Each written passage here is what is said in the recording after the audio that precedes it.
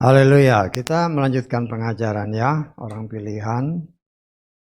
Kita akan baca Imamat pasal 23, masih di pasal yang sama ya. Kita baca ayat 23 sampai ke 25, ini hari raya ke-5 ya.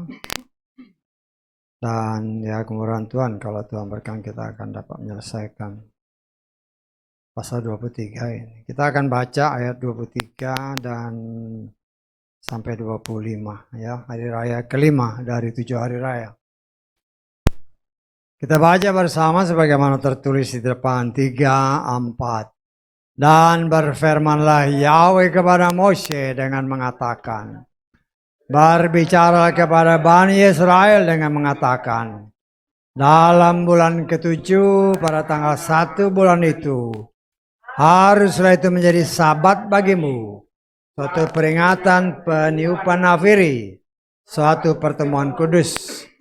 Kamu tidak boleh melakukan pekerjaan apapun, dan kamu harus mempersembahkan api-apian kepada Yahweh. Amin. Silakan duduk. Puji Bapa Yahweh, kita melihat ya,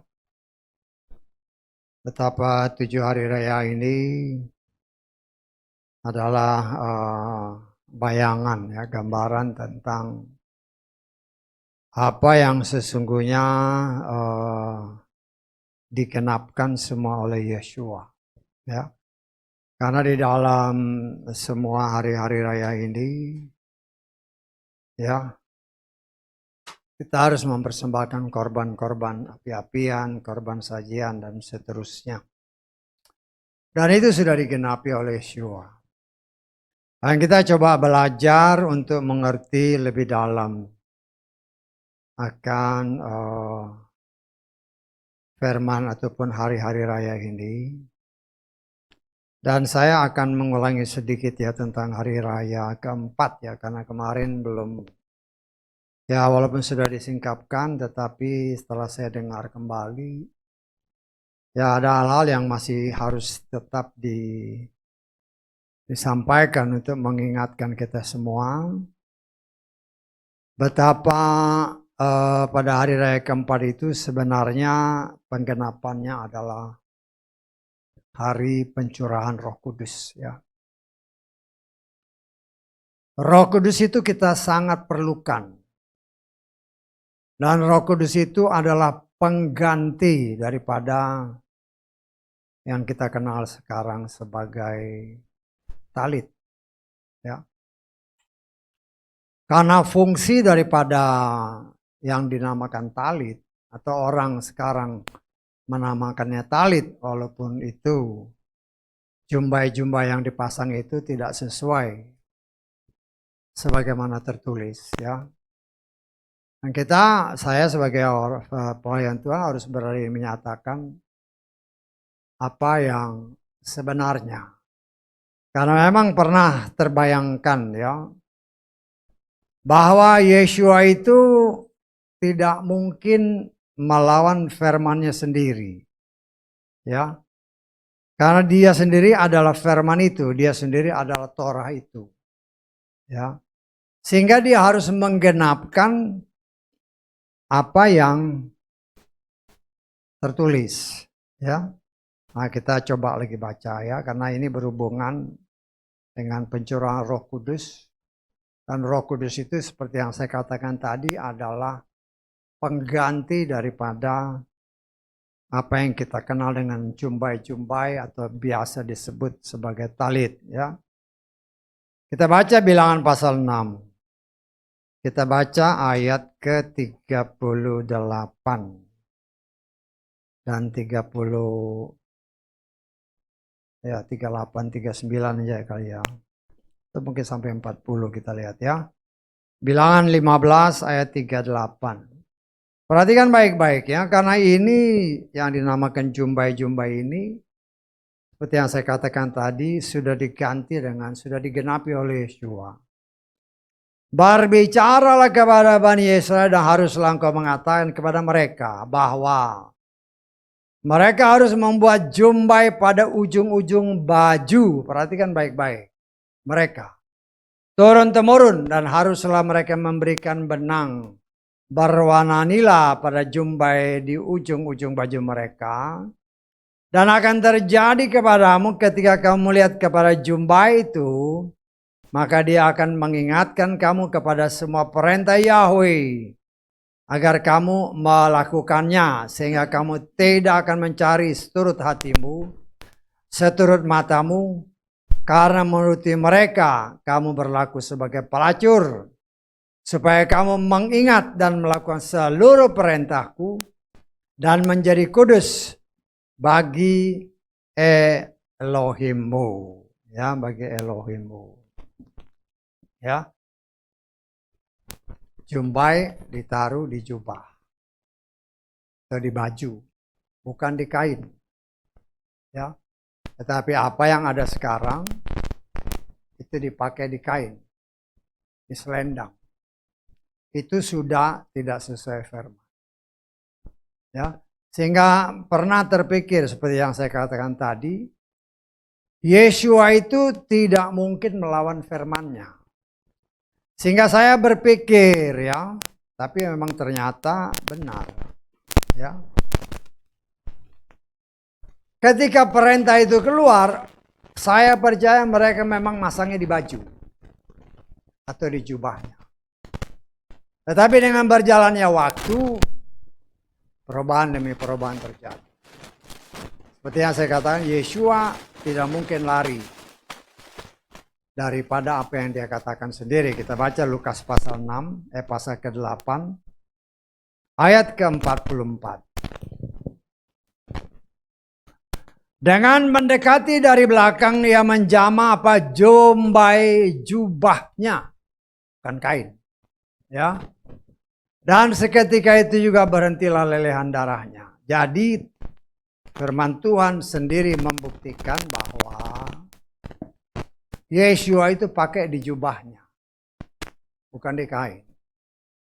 Jadi kalau orang-orang, ya khususnya di luar sana, kalau membangga-banggakan kain sepotong yang dikasih jumbai, sesungguhnya engkau memberontak terhadap firman. Ya, memberontak terhadap firman. Sadar atau tidak sadar. Ya. Sedangkan itu seperti yang saya katakan tadi, itu sudah diganti oleh Roh Kudus. Kita baca dalam kitab Yohanes pasal ke-14 ayat ke-26. Jumbai itu dipakai untuk supaya mengingat, hanya mengingat, ya, firman. Yohanes 14 ayat 26, penghibur yakni Roh Kudus yang akan Bapa utus dalam namaku. Dia akan mengajar kamu segala sesuatu dan akan apa? Mengingatkan kamu segala sesuatu yang telah kukatakan kepadamu. Karena itu, berdasarkan ayat-ayat ini saya mengatakan, ya, bahwa apa yang dikenal talit itu sudah tidak ada fungsinya lagi karena Roh Kudus sudah menggantikannya. Ya, kalau mau pakai buat keren-keren, ya seperti tampak kayak orang Yahudi, ya oke-oke aja. Tapi kita harus ingat bahwa sebagian besar orang Yahudi belum percaya kepada Yeshua. Kalau dia tidak percaya kepada Yeshua, Roh Kudus tidak akan diberikan. Ya. Roh Kudus hanya diberikan kepada mereka yang namanya murid Tuhan. Ya, kita lihat, ya. Kisah Rasul pasal ke-1 ayat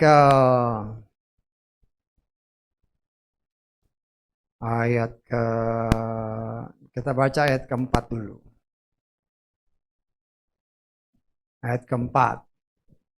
Ketika berkumpul bersama, ini para murid, ya, dia memerintahkan kepada mereka agar tidak beranjak dari Yerusalem, tetapi menunggu janji Bapa yang telah kamu dengar daripadaku. Janji itu tadi di dalam dalam kitab Yohanes tadi, Dikatakan oleh Yesua, kita baca lagi Yohanes 14 ayat ke-16. Ya.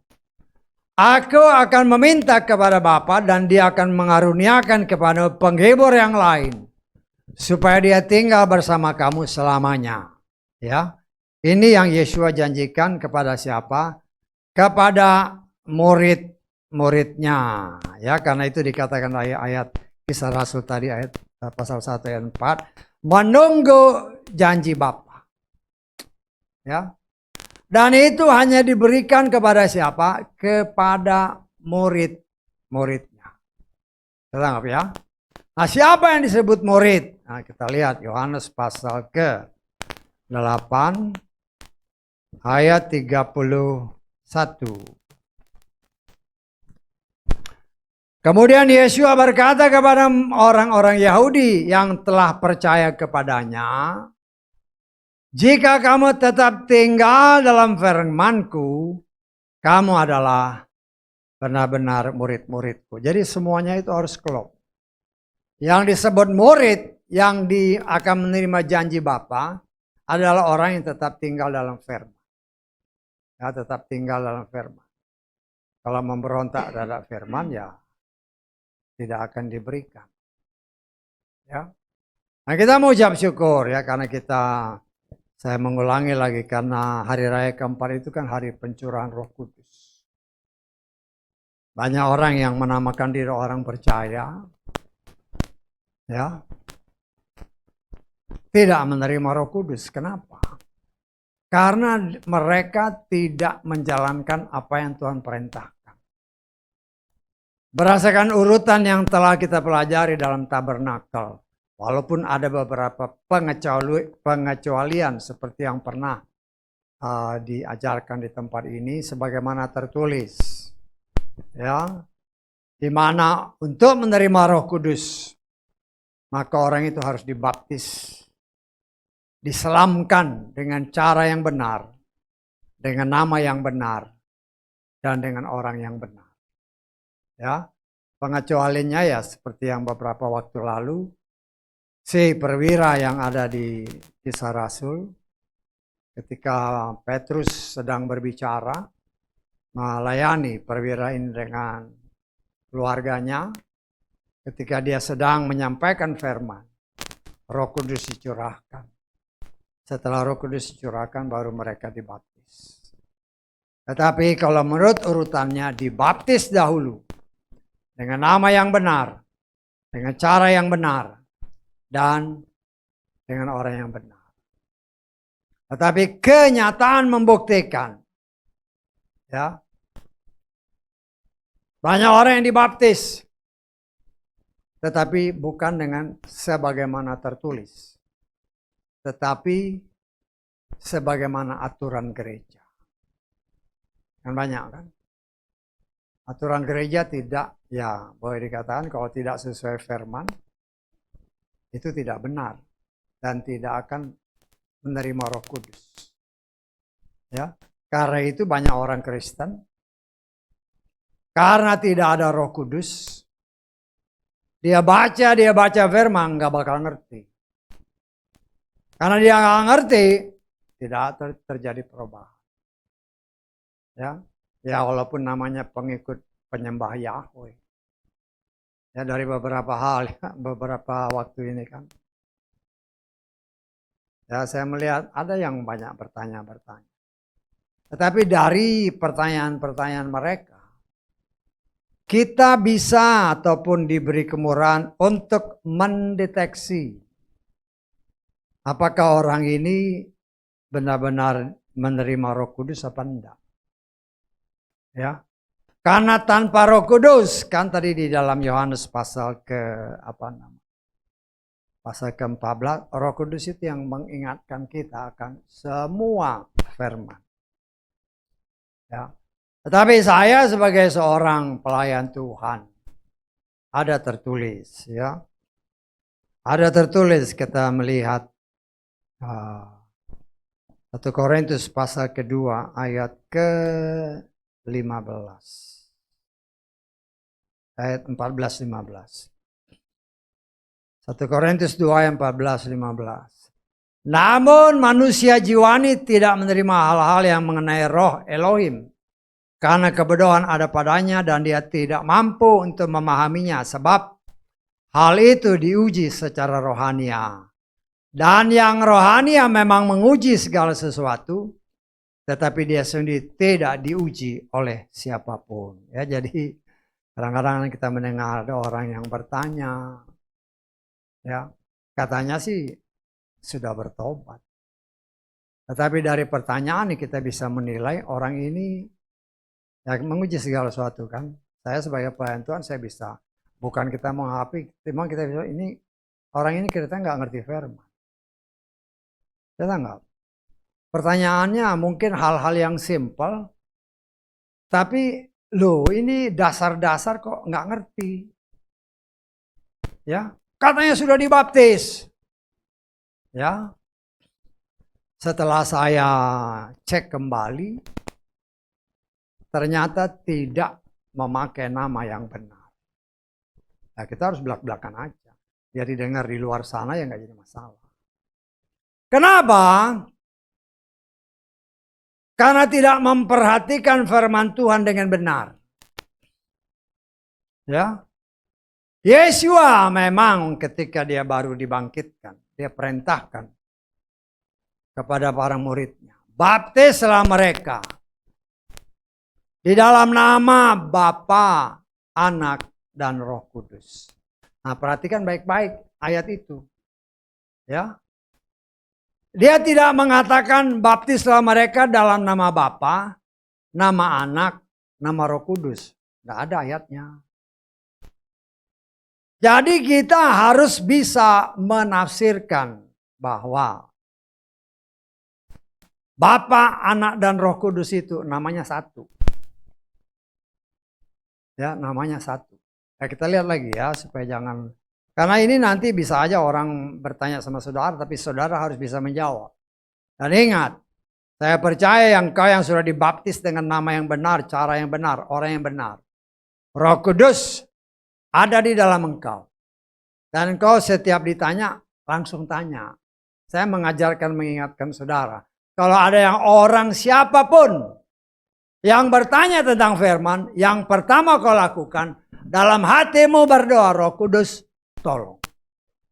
Maka dia akan mengingatkan kita sesuai dengan Yohanes 14 tadi. Sedangkan ya, dia akan mengingatkan kita. Tetapi harus diingat, kalau kau nggak pernah baca firman, apa yang diingatkan. Jadi segala sesuatu itu harus klop. Tidak boleh saling bertentangan. Kita baca Matius 28 ayat ke-19 saja lah. Karena itu seraya pergi, muridkanlah semua bangsa dengan membaptis mereka ke dalam nama Bapa, Putra, dan Roh Kudus. Bukan nama Bapa, nama Putra, nama Roh Kudus. Saya tanggap. Kalau ini nama Bapa, Putra, Roh Kudus namanya cuma satu. Nah, kita lihat bahasa Inggrisnya. Supaya yakin bahwa itu namanya cuma satu. Go ye therefore and teach all nations, baptizing them in the name. Bukan names ya. Kalau names berarti banyak namanya. Ini name. Ya. Of the Father and of the Son and of the Holy Ghost. Jadi namanya satu. Ya. Dan kemudian dalam prakteknya. Ya. Dan ini harus kita ulang ya. Karena memang ini karena baptisan Roh Kudus ini ya kita harus ngerti benar-benar. Ya. Kisah Rasul pasal kedua. Ayat ke-38.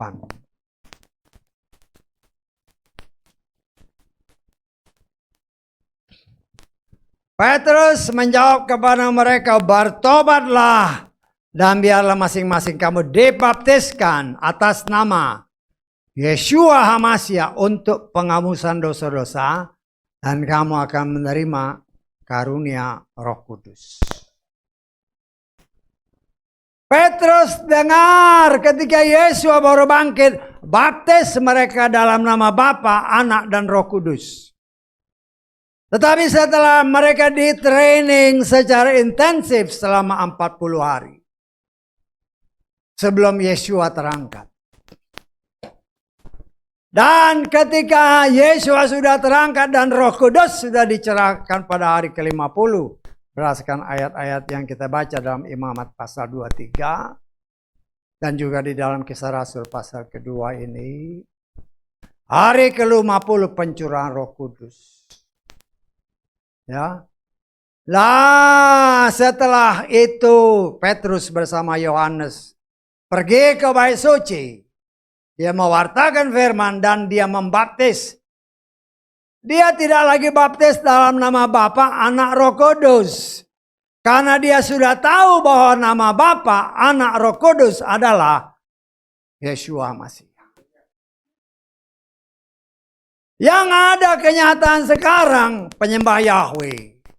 Baptis dalam nama Bapa Yahweh. Dalam nama Yeshua Masih. Dan Roh Kudus dari mana itu? Gak ada ayatnya. Tambahan Roh Kudus itu. Berarti engkau gak ngerti bahwa Roh Kudus itu sudah ada di dalam nama Yeshua Masih. Karena itu saya gak heran apabila orang-orang yang bertanya ini memang dibaptis dengan cara seperti itu. Karena itu berkali-kali di tempat ini dikatakan kalau caranya tidak benar. Kalau namanya tidak benar. Kalau orangnya tidak benar. Artinya belum dibaptis. Kalau belum dibaptis. Kisah Rasul tadi nyatakan. Tidak ada Roh Kudus. Karena itu jangan heran. Kalau dari diskusi pertanyaan-pertanyaan gitu. Loh ini kok hal basic aja nggak tahu. Ya. Walaupun saya sudah dibaptis Pak. Ternyata setelah saya korek. Loh ini nama siapa? Ya. Orang yang memperlihatkan ini Pak ada videonya. Cek di videomu itu sama nggak dengan yang tertulis. Kalau tidak tertulis, kalau tidak sama dengan yang tertulis. Saya sebagai pelayan Tuhan mengatakan itu belum dibaptis. Belum dibaptis karena namanya tidak benar. Dan di tempat ini sudah dinyatakan banyak Roh Kudus. Ya. Banyak Roh Kudus, banyak orang yang berbahasa lidah tetapi setan yang berbicara. Dan inilah yang saya katakan, firman Tuhan itu enam kitab, setan tambahin 6. Yesus bilang baptis dalam nama Yeshua Masih. Ditambahin lagi Roh Kudus. Kenapa? Karena nggak ngerti. Ya.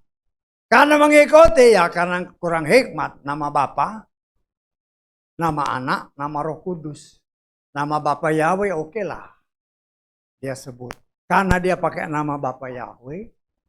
Dia pakai nama Anak Yeshua Masih. Supaya komplit satu paket. Pakai nama Roh Kudus. Ini siapa? Siapa ini? Jangan dompleng. Sehingga membuat firman Tuhan. Ataupun dibaptis tidak sesuai. Firman Tuhan. Saya percaya banyak orang yang dibaptis dengan cara itu. Sehingga saya lihat kan firman Tuhan tadi katakan. Kita orang rohani. Bukan mau rohani tapi berdasarkan firman Tuhan. Kita bisa melihat loh ini. Berarti kau nggak ngerti firman. Kenapa nggak ngerti firman? Ya, saya bisa menafsirkan orang ini tidak dipimpin oleh Roh Kudus. Kenapa nggak dipimpin Roh Kudus? Baptisnya salah. Tidak sesuai dengan apa yang tertulis. Karena itu kita harus hati-hati. Ya. Memang setelah kita trace balik, kau dilayani nggak terima Yeshua sebagai Tuhan dan Juru Selamat. Ya. Engkau mengaku dosa nggak? Apa orang yang membaptismu yang berdoa untukmu? Hati-hati ya. Kelihatannya kan itu rohani. Umpamanya saya melayani saudara, terus saya yang berdoa, itu pengakuan bukan dari yang dilayani. Itu tidak sesuai firman. Saya secara umum boleh, Tuhan ampuni.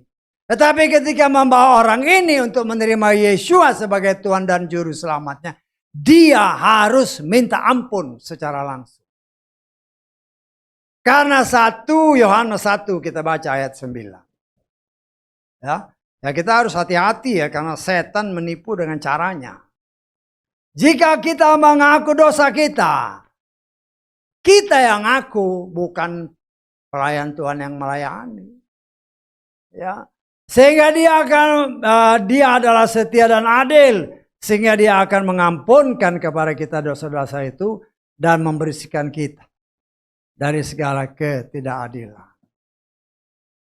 Nah, saya tanya orang-orang ini, minta ampun nggak? Kan udah didoain, Pak. Kamu minta ampun nggak? Bukan orang yang melayani engkau yang minta ampun. Ya. Dia minta ampun kan general. Tapi banyak hal tersembunyi yang orang lain tidak tahu, tapi kau tahu. Saya tangkap. Mungkin kau pernah main dukun, orang lain nggak tahu. Tapi engkau tahu dan Tuhan tahu. Lah itu harus kau akui. Kalau engkau tidak akui,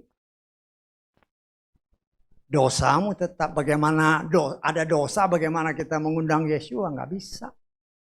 Pernah nggak kau mengundang Yeshua masuklah dalam hatiku? Jadi Tuhan dan Juru Selamatku. Lah ini hal-hal yang bagi saya, hal-hal yang penting ya. Ya, saya bukan Juru Selamat, tetapi saya mengajar saudara untuk minta ampun dengan sungguh-sungguh, dan Tuhan akan menggenapinya. Dia akan menghapus dosa salah kita dalam pandangan Tuhan. Kita sudah dibersihkan. Sudah dibenarkan. Yesus berbicara kepada murid-murid, jangan keluar dari Yerusalem. Kata kisah Rasul tadi kan. Yerusalem artinya kota damai sejahtera. Kota yang penuh dengan sukacita, suasana harus ada damai sejahtera. Baru bisa terima Roh Kudus kalau engkau taat kepada perintah Tuhan. Setelah kita minta ampun, kata Roma pasal kelima, kita baca ayat 1.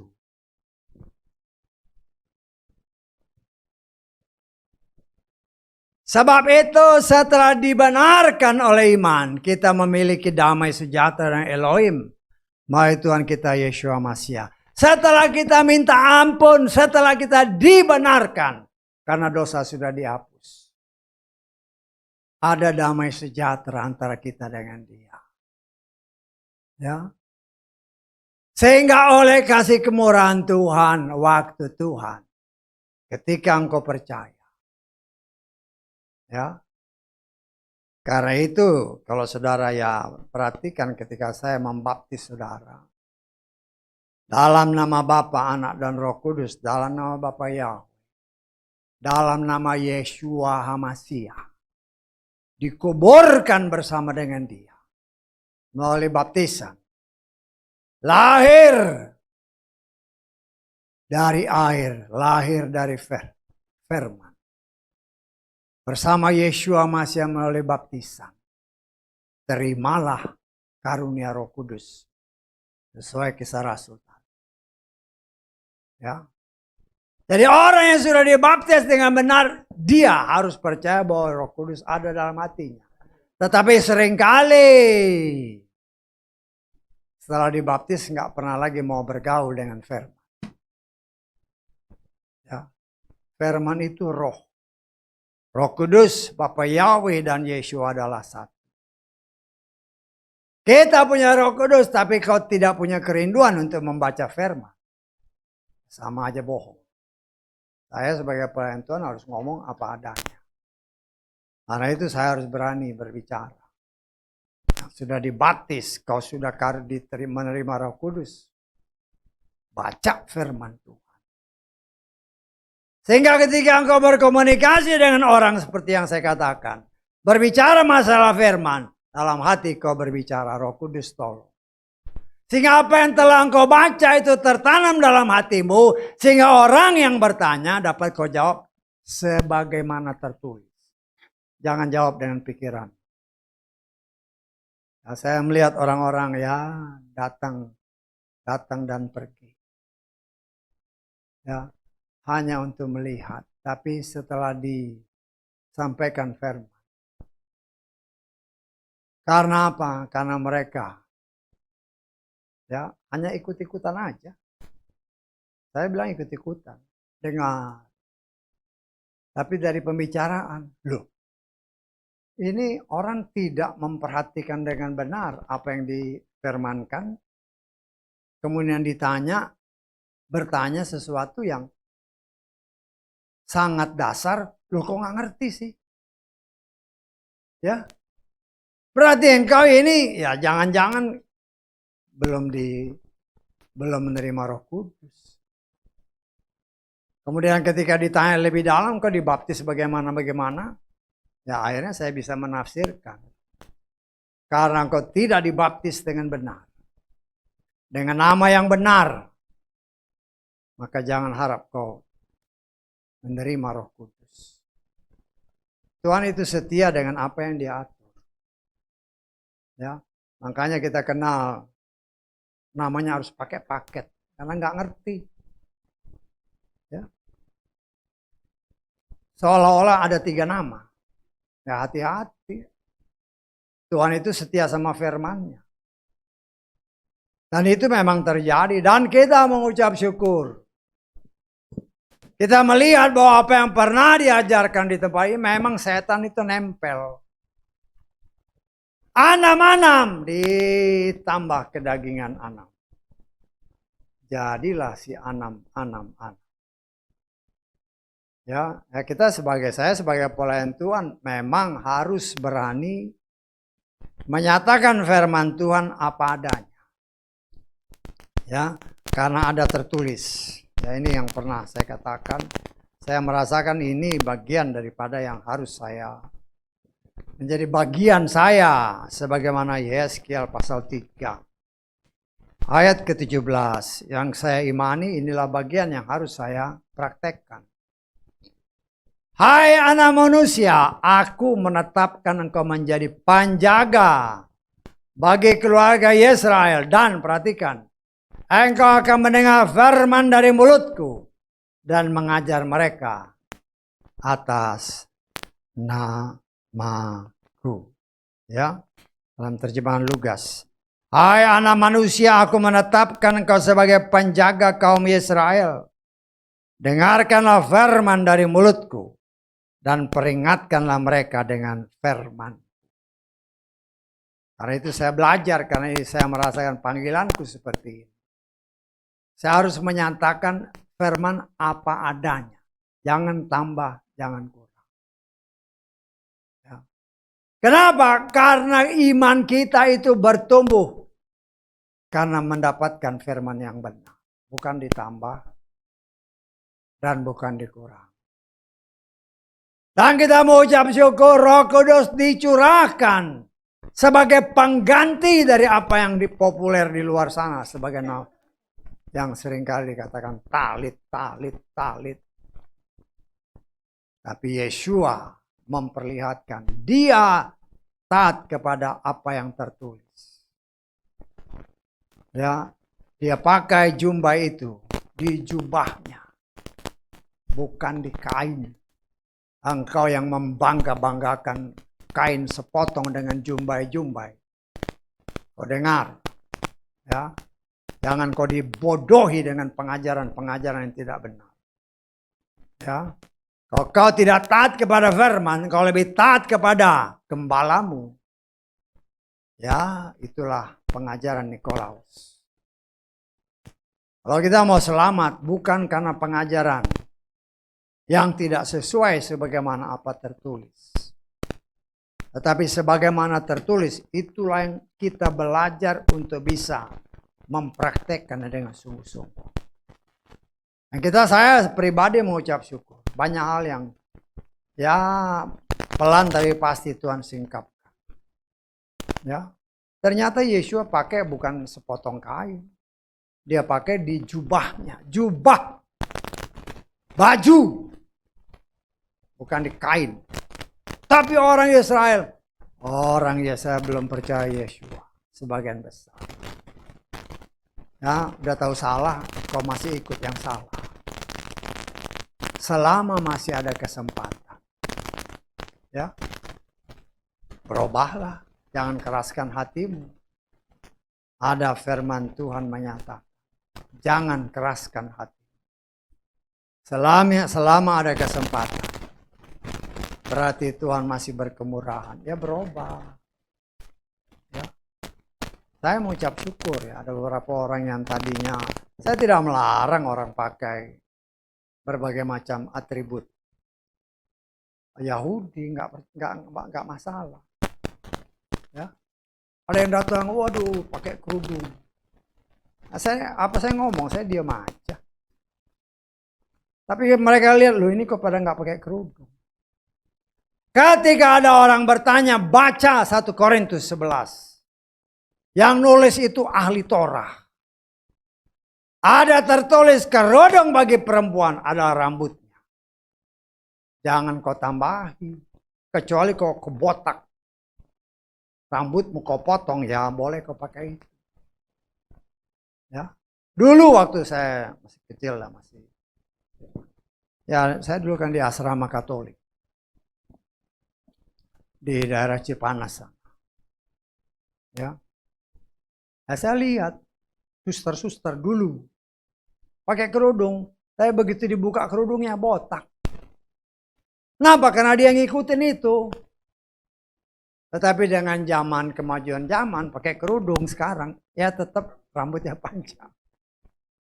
Kalau dulu tidak, tahun 60-an ya saya di asrama sana.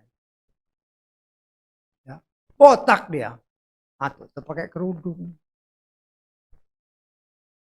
Dan kita diajari oleh Tuhan, kerudungmu itu rambutmu, ya kita baca aja lah ya.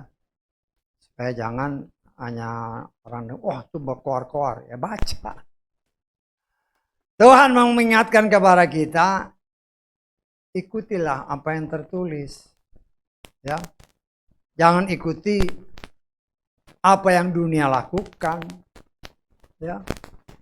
Pelayan-pelayan palsu, apalagi yang tidak ada Roh Kudus ngajarin kau pakai gituan. Yo, hati-hati, ya, hati-hati. Kita baca 1 Korintus 11. Kita baca ayat yang ke-15 saja. 1 Korintus 11 ayat 15. Tapi kalau ini saudara baca semua ya. Namun jika wanita berambut panjang, hal itu merupakan kemuliaan baginya. Karena rambut panjang itu telah diberikan kepadanya sebagai apa? Ganti kerudung. Itu firman. Jadi kalau kau pakai kerudung, kalau kau mau pakai kerudung boleh, botakin rambutmu. Ya, jangan kau dibodohi oleh pengajar-pengajar yang gak beres. Kenapa begitu? Karena kau tidak baca firman, sehingga begitu gampang kau diselewengkan oleh mereka yang menamakan diri pelayan Tuhan. Kita diberikan Roh Kudus untuk menolong kita, karena contoh orang yang menyalibkan Yesua itu semua pakai talit. Tapi saya menafsirkan ya, kalau Yesua ya itu zaman Yesua masih pakai di jubahnya. Ya mungkin waktu itu ya entah dia pakai di jubah, nggak tahu. Tapi tertulis Yesua pakai di jubah. Ya, setan itu licik. Ya, jangan ikut-ikutan. Udah tahu nggak benar kau ikut-ikutan. Dan kau yang merasa diri dibaptis seperti apa yang saya katakan.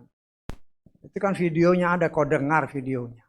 Ya saya dengarnya itu ya karena kemurahan Tuhan ya saya diberi petunjuk, loh ini salah kok. Ya, sampai saya dengar langsung dari videonya, loh ini salah. Pantas saja orang yang di bawah orang ini. Seolah-olah memang nggak ada Roh Kudusnya. Ya, karena pertanyaan-pertanyaan mendasar yang memperlihatkan bahwa orang ini sama sekali seolah-olah tidak mengerti firman. Kenapa? Karena tidak ada Roh Kudus. Kenapa nggak ada Roh Kudus? Karena belum dibaptis dengan nama yang benar. Caranya sih benar. Orangnya benar. Namanya setan nyusupin. Ya kalau kau dengar di luar sana, kau dibaptis dengan siapa, kau dengar videonya. Supaya jangan terlambat. Ya. Ya kita harus jelas-jelasnya karena saya berbeban. Karena Yehezkiel 3 ayat 17 itu. Apa yang tertulis itulah yang menjadi kewajiban. Untuk diwartakan lah walaupun saya menyadari. Ya, banyak orang yang memang tidak suka dengan firman yang benar. Mau yang mengenakkan telinga aja. Tetapi kewajibanku engkau penjaga orang pilihan. Engkau penjaga anak-anak Bapa Yahweh. Ya harus dipelihara dengan firman yang benar. Karena itu kita, ya saya terus mengimbau saudara. Jangan hanya jadi Kristen-Kristen, engkau memang mungkin sudah dibaptis dengan benar, cara yang benar, nama yang benar. Tapi pertumbuhan iman itu tergantung pribadi lepas pribadi. Kalau engkau tidak pernah baca firman, ya sudah. Nah, saya kan nggak mungkin. Setiap hari baca-baca, nggak bisa. Itu kerinduan hati kita terlebih. Wah, waktu kedatangannya sudah di ambang pintu. Ya saya dengar ada WA kan. Waduh, bait suci mau dibangun. Ya bisa aja. Ya. Bisa aja. Kalau ditanya, benar nggak? Saya pribadi, kalau saya ditanya pendapat itu, mungkin bukan seperti apa yang dikatakan, oh ini dari Rabi Yahudi. Tahun ini, saya merasakan belum. Ya, belum. Tetapi memang berdekat-dekatan. Tapi kalau sebagaimana apa yang tertulis, saya rasa tidak. Karena kalau toh itu dibangun, ya, itu suatu pekerjaan rahasia. Yang tidak diumumkan dulu baru nanti enggak. Karena ya saya akan menafsirkan boleh. Di tempat di mana fondasi bait suci itu ada tempat lain, tempat ibadah orang lain. Nah ini kan harus diratakan dulu. Nah, untuk meratakan itu nggak mungkin dia umumkan. Tetapi ya kita ya dengan adanya berita itu, walaupun ini dari Rabi Yahudi. Rabi Yahudi ya kita juga harus lihat, bukan semua Rabi itu benar. Walaupun ya kita buat itu sebagai jaga-jaga. Kalau memang toh terjadi, seberapa siap kita. Ya. Walaupun saya dalam roh saya berpikir, ya tidak sesuai dengan apa yang dikatakan. Kalau orang itu bilang, udah ya Rabi, saya belum bisa 100% menerimanya. Tapi paling sedikit itu satu sinyal untuk kita berjaga-jaga. Ya berjaga-jaga. Karena kan gak ada yang tahu. Karena saya tahu, saya percaya bahwa ketika perintah itu ada, itu harus dari Tuhan sendiri. Dan Tuhan pasti berbicara melalui para rabi. Rabi yang mana? Itu yang kita tidak tahu. Karena berdasarkan kepercayaan orang-orang Yahudi, ya, setiap saat itu ada berapa? Kalau saya nggak salah ingat ada 20 atau 23 orang, ya, yang dipercaya sebagai rabi-rabi yang menjadi fondasi-fondasi iman mereka, di mana rabi-rabi ini yang senantiasa mendapatkan berita dari Tuhan. Tapi ya itu paling sedikit kan ada berita seperti itu. Sebagai sinyal, kalau seandainya itu benar terjadi, Ya boleh, saya boleh aja saya bilang belum. Tapi bisa aja kan kalau itu terjadi, bagaimana kesiapan kita? Kapanpun kalau itu kehendak Tuhan, dan kita harus bersiap. Kenapa? Karena Roh Kudus yang ada di dalam kita. Saya sangat percaya ya. Roh Kudus ditempatkan, dianugerahkan Bapa Yahweh bagi saudara dan saya juga untuk mengingatkan kita akan semua situasi kondisi. Apa yang tertulis, kapan kira-kira akan terjadi. Nah, kita berjaga-jaga. Ya, engkau yang di luar sana, kalau engkau belum dibaptis dengan cara yang benar, dengan nama yang benar, karena engkau mengagung-agungkan pelayan Tuhan, hati-hati. Hati-hati, kan kita bisa cek. Ya, ya kita menghormati pelayan Tuhan itu ya wajib lah, karena memang ada tertulis. Tetapi kalau pelayan Tuhan sudah memberitakan hal yang tidak sesuai seperti tertulis, hati-hati. Ya. Karena itu sebagai ya, karena saya dengar ada orang yang datang kemari terus saya tanya, bagaimana kamu dibaptis? Dia kasih videonya, saya bilang ini menurut Bapak benar enggak? Ya, sesuai enggak? Enggak sesuai. Kalau enggak sesuai apa? Saya tidak akan paksa orang ini untuk dibaptis, ya enggak. Dibaptis dengan benar. Ini sekarang baptisan ini benar apa enggak? Namanya. Ditambah Pak. Lalu terus bingung dia. Ya, buat saya sih enggak jadi masalah. Saya tidak akan membawa orang ini harus terserah. Ya. Karena kalau engkau mau dibaptis dengan benar, orang ini harus dilayani dulu. Engkau terima Yesus sebagai Tuhan dan Juru Selamat enggak? Engkau mengakui dosa apa enggak? Ternyata semuanya tidak. Nah, bagaimana? Ya. Dan saya mau ucap syukur, itulah bagian daripada pelayanan-pelayanan. Ya, yang harus saya bagikan supaya saudara ngerti. Ya, apalagi kalau ada kan, wah ini hamba Tuhannya top lah. Kok mengagungkan pelayan Tuhan? Inilah saya katakan, inilah roh Nikolaus. Lebih mengutamakan manusia daripada apa yang tertulis. Sedangkan dia hanya setia kepada apa yang tertulis. Bukan yang lain. Kita mengucap syukur ya beberapa hal yang sudah disingkapkan. Kalau yang di luar sana jelas Yesua pakai di jubah, bukan di kain. Kalau kau mau pakai buat gagah-gagahan sih oke-oke aja. Ya.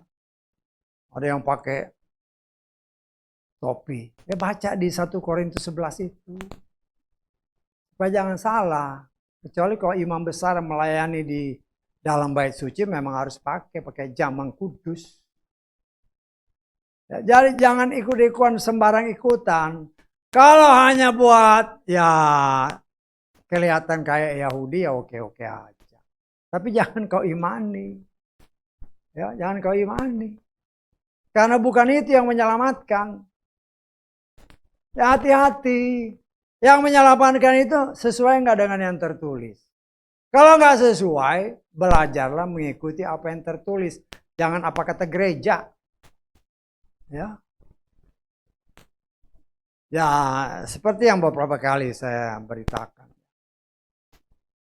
Kan di tempat ini dikatakan dengan jelas. Karena ada yang bertanya kan.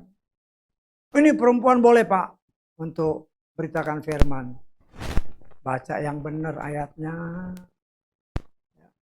Baca yang benar. Ya, supaya jangan kau, karena kau nggak ada Roh Kudus, akhirnya kau nafsirnya salah. Ya. Tuhan itu tidak akan berubah. Dahulu, sekarang, sampai selamanya. Kalau dia larang, jangan kau lawan. Yang kau lawan itu bukan saya. Yang kau lawan itu firman. Walaupun ada pelayan Tuhan, saya bertanggung jawab. Loh, kau lawan firman. Yang dilawan kan firman. Kan jelas dalam berkali-kali ya, bahkan di 1 Korintus, di Timotius, di tempat-tempat, di Titus, semua kan disebut. Yang memegang jabatan-jabatan ini seorang suami dari 1 istri. Ya kalau sudah nggak sesuai, bukan istri dari 1 suami. Jangan dibalik.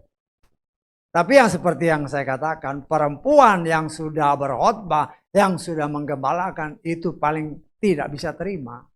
Loh, engkau mau ikut yang mana? Jangan heran kalau nanti di Matius 7, ketika engkau berhadapan dengan Tuhan, engkau bilang, Tuhan aku sudah menggembalakan banyak orang. Dari mana ayatnya? Bisa dibalikin sama Tuhan. Engkau pembuat kejahatan, pergi karena engkau melawan firman. Tapi gembalaku ngomong dia yang bertanggung jawab. Itulah nih roh Nikolaus. Tuhan tidak akan berubah dari firman. Ya, pelayan Tuhan yang berani ngomong seperti itu. Kalau kau berani melawan firman, hati-hati. Hati-hati. Ya. Engkau berani melawan firman. Berarti apa? Melawan Roh Kudus. Ya. Apa upahnya orang melawan Roh Kudus? Nah, kita baca. Matius 12. Ayat 31-32. Sebab itu aku berkata kepadamu, setiap dosa dan hujat akan diampunkan kepada manusia. Tetapi hujat terhadap roh tidak akan diampunkan kepada manusia. Nah, siapa saja yang mengucapkan sepatah kata menentang anak manusia, hal itu akan diampunkan kepadanya. Tapi siapa saja yang berkata-kata menentang Roh Kudus, hal itu tidak akan diampunkan kepadanya. Tidak di masa ini, tidak juga di masa yang akan datang. Artinya dosanya kekal. Kau melawan firman, ada tertulis. Ya, kita baca di dalam Yohanes 6:63. Ingat ya, Bapa, Anak, dan Roh Kudus itu satu. Roh yang memberi kehidupan, daging sama sekali tidak berguna. Firman yang aku katakan kepadamu adalah apa? Roh. Dan dialah kehidupan. Engkau melawan firman. Loh itu tadi 12, Matius 12. Saya enggak? Bukan kata saya. Saya harus mengatakan apa yang tertulis, kata Yeskel 3 tadi. Untuk mengingatkan sebanyak mungkin mereka menamakan diri umat Tuhan. Sehingga jangan melenceng dari apa yang tertulis. Engkau melawan firman, engkau melawan roh.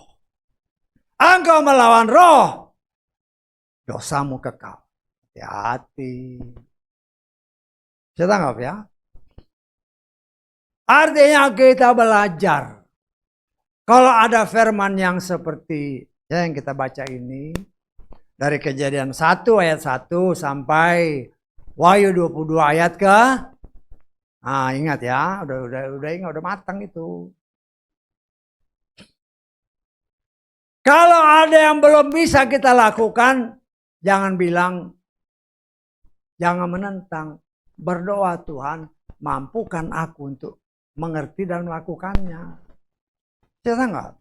Jangan kau lawan firman, karena kau lawan firman, kau lawan Tuhan.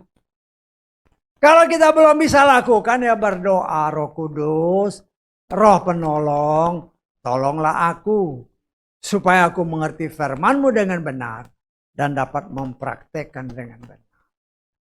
Lah kita mau ucap syukur, itulah baiknya Tuhan. Karena dia tahu kita tidak mungkin melakukan firman dengan kekuatan sendiri. Karena itu dicurahkannya Roh Kudus. Karena itu Yesus berkata kepada murid-muridnya, jangan pergi dari Yerusalem sebelum kau terima kuasa. Setelah kita menerima Roh Kudus, karena kita mentaati apa yang tertulis, kita diberi kuasa. Sehingga kita dapat menjadi saksi dengan mewartakan kebenaran. Sebagaimana tertulis. Dan mungkin oleh kemurahan Tuhan. kita bisa dipakai Tuhan untuk menyelamatkan banyak jiwa dengan mewartakan apa yang tertulis, bukan apa yang tersirat.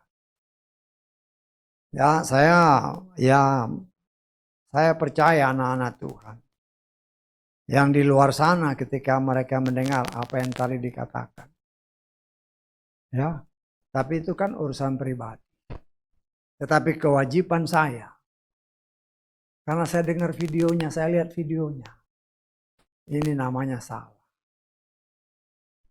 Karena itu saya lihat orang-orangnya, memang seolah-olah tidak ada Roh Kudus. Karena hal yang sepele, seharusnya bisa dimengerti, ini nggak ngerti. Kenapa? Karena engkau tidak menerima kuasa. Tidak menerima Roh Kudus. Tetapi ketika engkau dengar hal ini, keputusan ada padamu. Karena keselamatan adalah urusan pribadi. Tapi saya sebagai pelayan Tuhan, saya berkewajiban.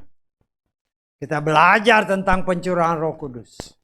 Dan kita diajarkan, diingatkan. Kita hanya bisa menerima Roh Kudus kalau kita ada tertulis adalah murid Tuhan. Kita murid apabila kita setia kepada firman. Jangan kau tambah, jangan kau kurang. Keputusan ada di dalam tangan kita masing-masing. Bukan gerejamu tidak bisa menyelamatkan. Kalau mungkin gembala bilang aku bertanggung jawab, emang dia bisa bertanggung jawab kalau kau mati, kemana masuknya? Ya, tidak bisa. Kadang-kadang pelayan Tuhan kan ngomong, saya bertanggung jawab. Loh, firman Tuhan kau lawan. Apa yang bisa kau bertanggung jawab? Kan dicentil sedikit kau. Nggak bisa apa-apa. Loh itu keras ya. Tetapi saya sebagai pelayan Tuhan harus berani mengatakan. Karena saya lihat dan saya dengar. Caranya salah. Namanya salah. Loh yang salah kau ikuti. Diingatkan, engkau tetap tidak mau ikut, ya nggak masalah buat saya. Saya tanggap ya. Kan saya ingatkan orang, salah nggak Pak? Salah. Loh, terus gimana? Ya terserah kan. Saya nggak akan bilang, harus gini-gini. Enggak. Sudah tahu kan, salah. Ya keputusan. Keselamatan itu urusan pribadi. Nah kita mengucap syukur, itulah gunanya Roh Kudus. Bagi saudara dan saya, dan kita belajar. Nah kita mengucap syukur dengan ayat-ayat firman Tuhan yang tadi kita baca. Ya, hari raya kelima yang seringkali dikenal sebagai Rosh Hashanah. Rosh itu kepala ataupun permulaan. Ha itu, sana itu tahun. Jadi ditafsirkan sebagai permulaan tahun. Jadi ya tahun baru. Bagi tanggalan Yahudi. Atau seringkali juga disebut Yom Teruah. Ya. Dan saya menafsirkan. Karena ini berbicara tentang Yeshua. Dikatakan oleh firman Tuhan, setiap tanggal 1 bulan ke-7 haruslah itu menjadi sabat perhentian kudus bagimu sebagai peringatan peniupan nafir. Nafir ditiup sebagai tanda kemenangan, sebagai tanda peringatan. Sebagai tanda untuk berkumpul. Dalam tradisi Yahudi. Walaupun dalam tradisi Yahudi ya ini juga dianggap sebagai hari penciptaan di mana Bapa Yahweh menciptakan langit dan bumi. Ya bahkan mereka juga mengatakan menciptakan manusia. Ya, tapi ya itu kan tradisi Yahudi ya boleh-boleh aja. Ya, boleh-boleh aja ya. Tetapi ya ingat ya, itu hanya sebagai pengetahuan bagi kita. Kalau cara Yahudi ya begini. Ya. Tetapi Yeshua berkata, kamu lebih menghormati tradisimu daripada firman. Tetapi kalau sebagai pengetahuan, ya wajar-wajar aja. Ya wajar-wajar aja karena kepada mereka ini dipercayakan firman. Dan kalau mereka menyatakan ini diperingati sebagai hari di mana Tuhan menciptakan langit bumi, bahkan manusia, ya nggak jadi masalah. Tetapi tradisi Yahudi pun ya menyatakan ya pada hari ya karena namanya tahun baru ya merupakan waktu di mana menurut kepercayaan mereka Tuhan menulis ya takdir masing-masing manusia. Ini tradisi mereka. Saya tanggap ya. Pada hari tahun baru gini, ya, berdasarkan tradisi mereka, ini menurut kepercayaan mereka, Tuhan menulis takdir bagi setiap anak-anaknya ini. Dan nanti ya pada apa namanya,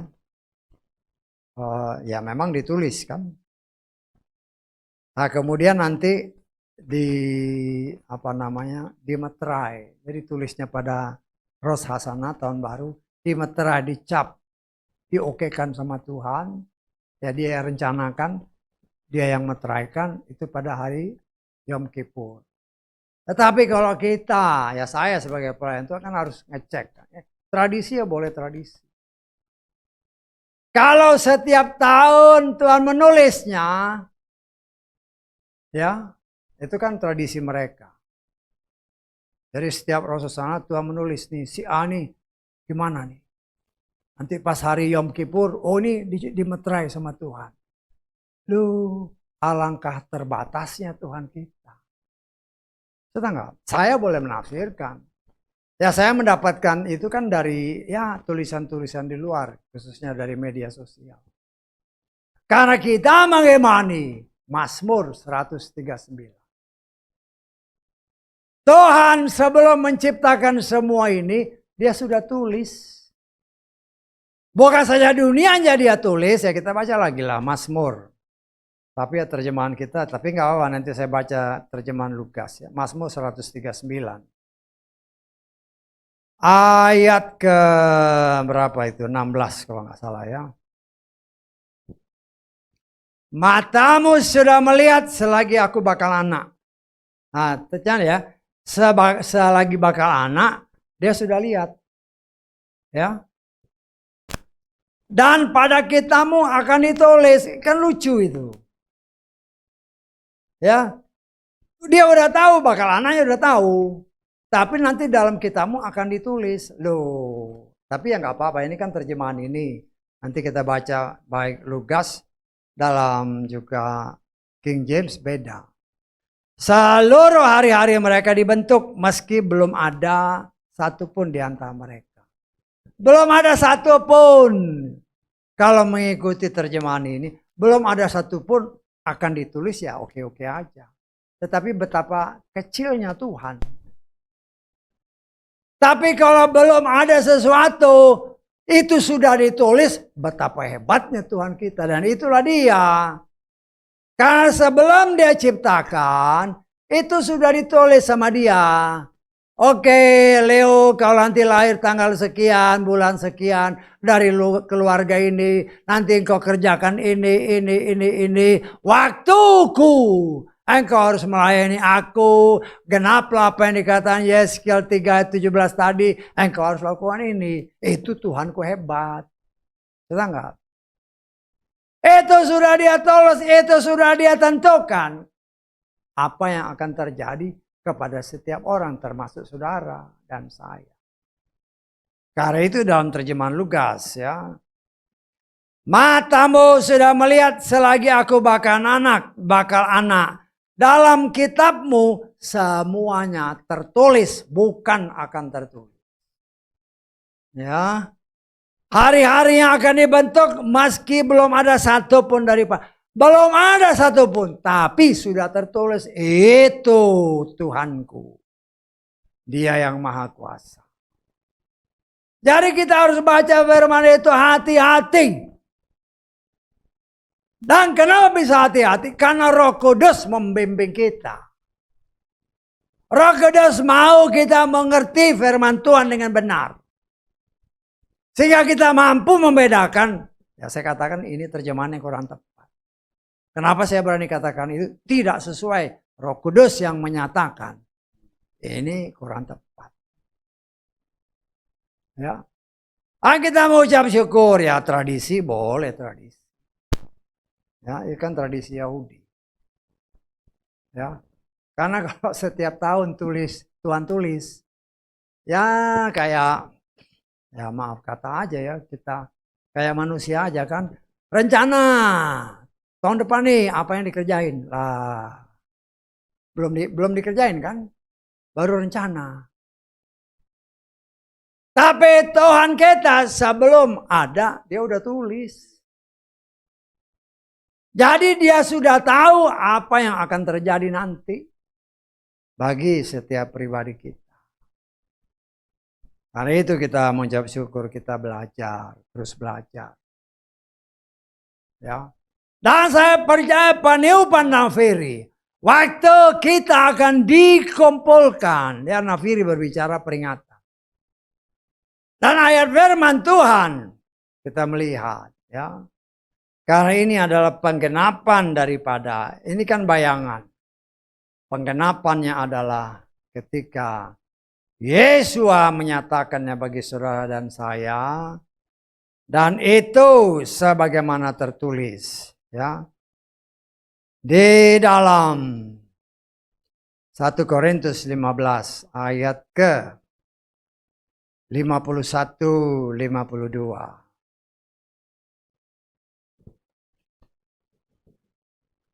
Lihatlah aku mengatakan sebuah misteri kepadamu. Sesungguhnya kita tidak akan meninggal semuanya. Tetapi kita semuanya akan diubah dengan seketika. Dalam sekejap mata. Pada sangkakala terakhir. Sebab sangkakala akan berbunyi dan orang-orang mati akan dibangkitkan dengan tubuh baka dan kita akan diubahkan, ya, dan seterusnya.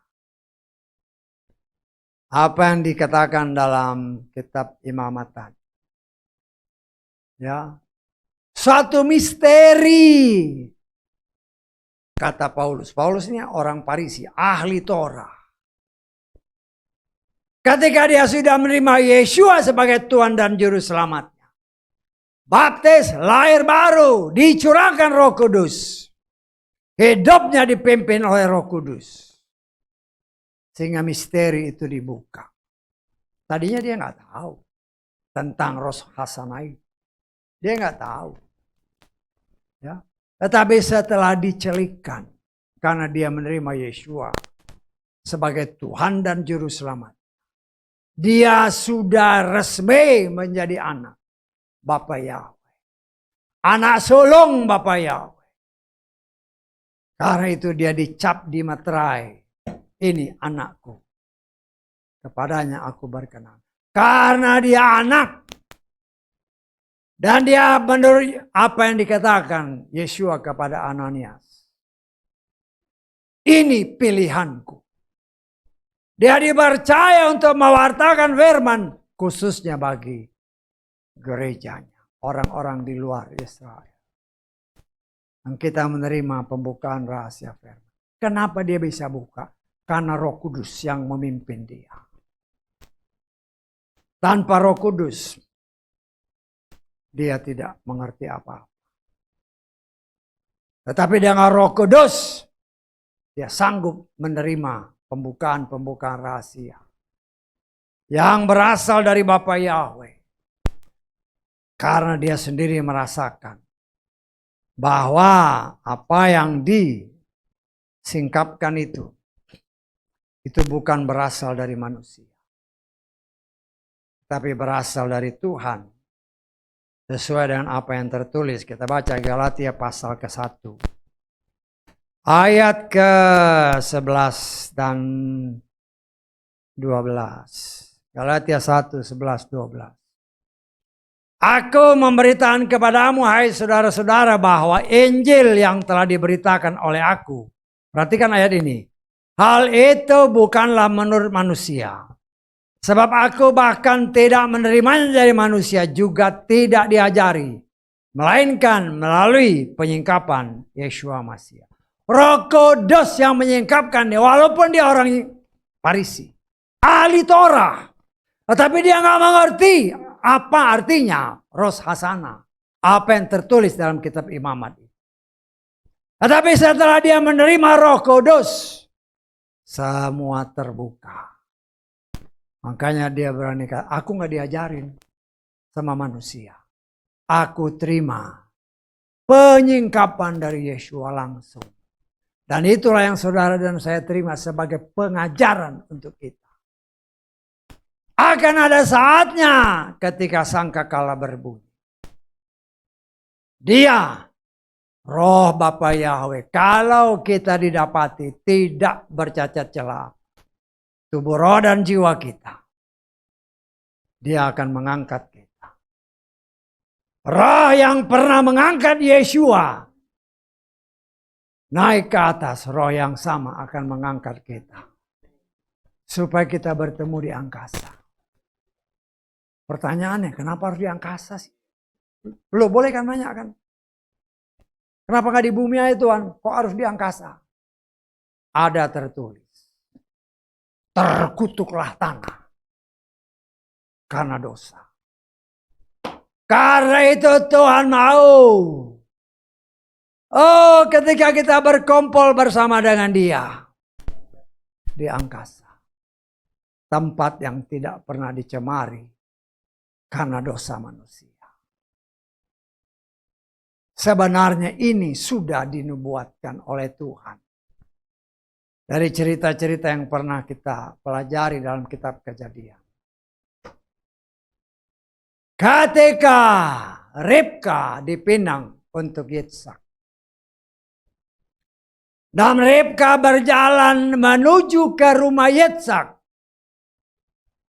Ya, Ribka melambangkan saudara dan saya gerejanya. Yang menuju ke rumah pengantin pria. Si Yitzhak. Yitzhak tidak nunggu di rumah. Dia keluar rumahnya. Mereka bertemu di tengah jalan. Tetangga. Jadi cerita itu bukan asal cerita. Tapi sebenarnya nubuatan. Yang Tuhan menyatakan pengantin. Ya, memang Yeshua atau Abraham menyuruh bujangnya Eliezer pinang dia. Dan karena percaya, ya memang karena pilihan Tuhan, Ribka pergi. Dan bertemu dengan Yitzhak di tengah jalan. Yeshua tidak tinggal di sorga. Dia turun menjemput pengantinnya, gerejanya. Dan kita oleh kemurahan diangkat oleh rohnya. Bertemu di angkasa. Ketika sangkakala berbunyi. Dan saya sangat percaya. Waktunya sudah sangat dekat. Karena itu saudaraku. Saya menyadari ya. Apa yang tadi disampaikan awal-awal. Anak-anak Tuhan yang pernah saya beritahu. Ya, waktunya sudah semakin dekat. Keputusan ada di tanganmu. Ya, bukan di tangan saya. Tapi saya harus berani mewartakan kebenaran. Ya, baik engkau yang di luar sana dan kita semua. Ya, kita sudah ingat ya, ketika saya baptis saudara, saya senantiasa katakan terimalah karunia Roh Kudus.